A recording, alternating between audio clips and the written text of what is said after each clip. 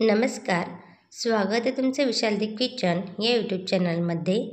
आज आपण तयार केलेली आहे साबुदाण्याची खिचडी. ही खिचडी आपण कुकरमध्ये तयार केलेली आहे.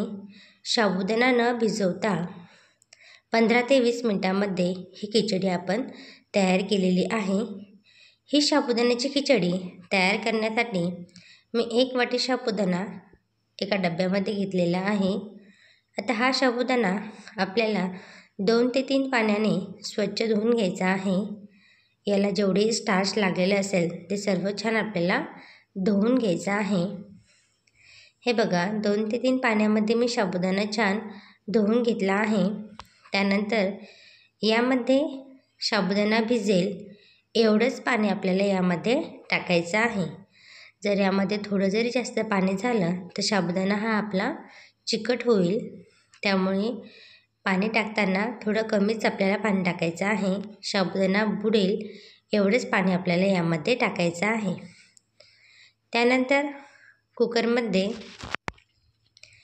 कुकरमध्ये आपल्याला पाणी ठेवायचं आहे आणि त्यामध्ये स्टँड ठेवायचा आहे आणि ह्या स्टँडवरती आपल्याला हा डब्बा ठेवायचा आहे आणि यावरती झाकण ठेवून आपल्याला 2 शिट्ट्या होईपर्यंत हा साबुदाणा छान शिजवून घ्यायचा आहे. कधी कधी काय होतं, साबुदाणा भिजू घालायचं आपल्याला लक्षात राहत नाही. तुम्ही अशा प्रकारे सुद्धा हा साबुदाणा कुकरमध्ये शिजवून तयार करू शकता. खूप छान नरम आणि छान शिजला जातो साबुदाणा, कडकही होत नाही. आता 1 वाटी शेंगदाणे छान मी कढईमध्ये खरपूस भाजून घेतलेले आहे. नंतर हे मिक्सरच्या भांड्यामध्ये आपल्याला काढून घ्यायचे आहे. 2 आलू साल काढून छान बारीक चिरून घेतलेले आहे. 10-12 शेंगदाणे आणि 5-6 हिरव्या मिरच्या. तुम्ही हिरव्या मिरच्याऐवजी लाल तिखटही घेऊ शकता. आता शेंगदाण्याचा कूट छान मिक्सरमधून बारीक करून घेतलेला आहे. आता हे बघा 2 शिट्ट्या छान झालेल्या आहे. साबुदाणा तुम्ही बघू शकता छान आपला साबुदाणा शिजलेला आहे. आता हा साबुदाणा तुम्हाला खूप चिकट वाटतो, पण तुम्ही एका ताटामध्ये हा साबुदाणा काढून घ्या.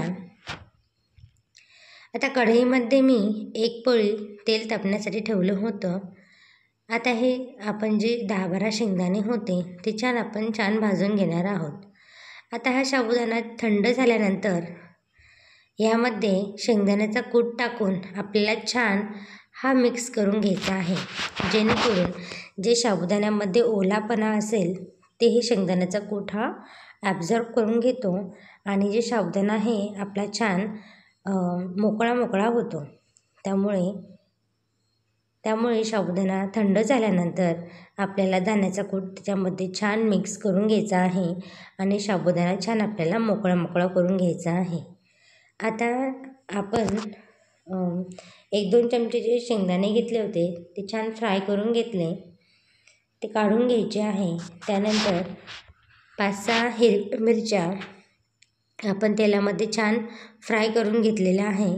त्यानंतर 2 बारीक चिरलेले आलू आता तेलामध्ये छान आपल्याला परतून घ्यायचे आहे. तुम्ही उकडलेला आलूसुद्धा यामध्ये घालू शकता.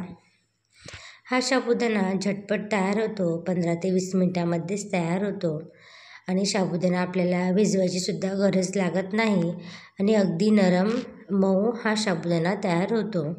खायला पण खूप छान लागतो. आता हे बघा शेंगदाण्याचा कूट आणि साबुदाणा आपण जे एकत्र केलं होतं ते आपण आता कढईमध्ये टाकणार आहोत. आता ऑलरेडी आपला साबुदाणा छान शिजलेला आहे, तर फक्त 2 ते 3 मिनटंच आपल्याला गॅसवरती छान कढईमध्ये होऊ द्यायचा आहे. आता यामध्ये आपण चवीनुसार मीठ आणि अर्ध लिंबू मी पिळून घेणार आहे, ज्यामुळे चव अप्रतिम लागते. ज्यांना कोणाला साखर आवडते ते साखरही यामध्ये टाकू शकता. आता हे छान आपल्याला मिक्स करून घ्यायचं आहे. तुम्ही बघू शकता छान मोकळा साबुदाणा आपला तयार झालेला आहे. आता यावरती झाकण ठेवून फक्त 2 ते 3 मिनटं आपल्याला साबुदाणा होऊ द्यायचा आहे, जेणेकरून सगळं तिखट मीठ छान साबुदाण्यामध्ये छान मिक्स होईल. बघू शकता तुम्ही खूप छान नरम मोकळा आपला साबुदाणा छान तयार झालेला आहे. अगदी 15 ते 20 मिनटामध्ये हा साबुदाणा तयार होतो. साबुदाणा भिजू घालायचं जर आपल्याला कधी लक्षात राहिलं नसेल तर तुम्ही अशा प्रकारे साबुदाण्याची खिचडी कुकरमध्ये बनवू शकता. एक वेळेस तुम्ही नक्की तयार करून बघा.